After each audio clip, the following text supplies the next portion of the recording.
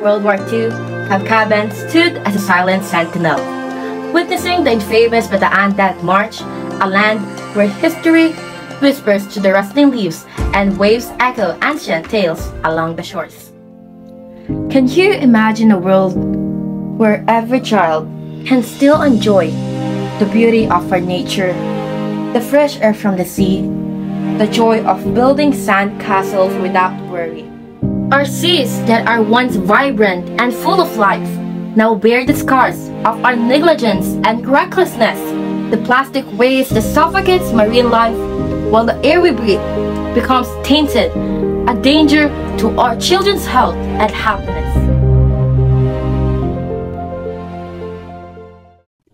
Since 1995, Barangay Cabcaban, along with other local government units, has been conducting coastal cleanup activities, and this ongoing collaboration demonstrates their commitment to a clean environment. Now, it's time to ignite the fire burning in the young hearts of MNHS Cabcaban students.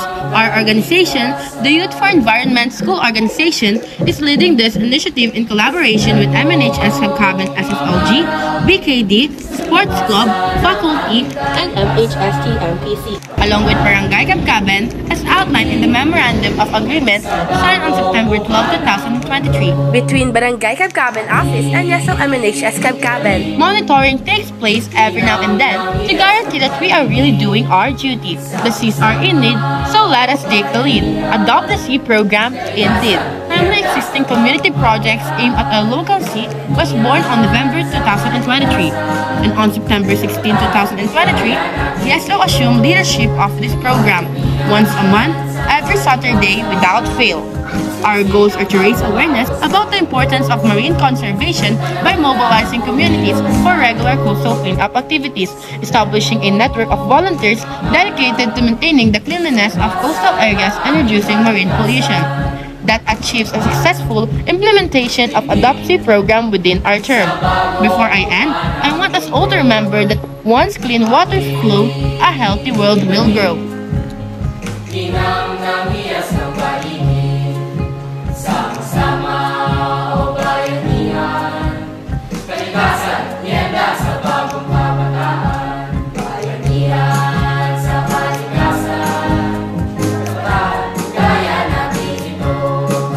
Bayanihan sa kalikasan, susi ng pagbabago sa mundo. Panahon na kumilos tayo, ikaw at ako, tayo.